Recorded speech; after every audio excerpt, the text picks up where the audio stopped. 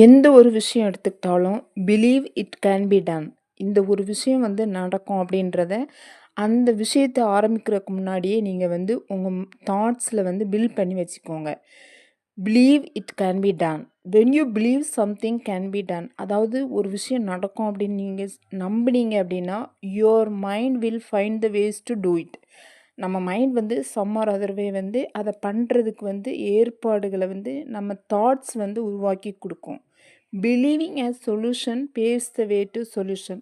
ஒரு சொல்யூஷனை வந்து நம்ம பிலீவ் பண்ணோம் அப்படின்னா அதுக்கு வழியை கண்டுபிடிக்கும் அந்த சொல்யூஷன்.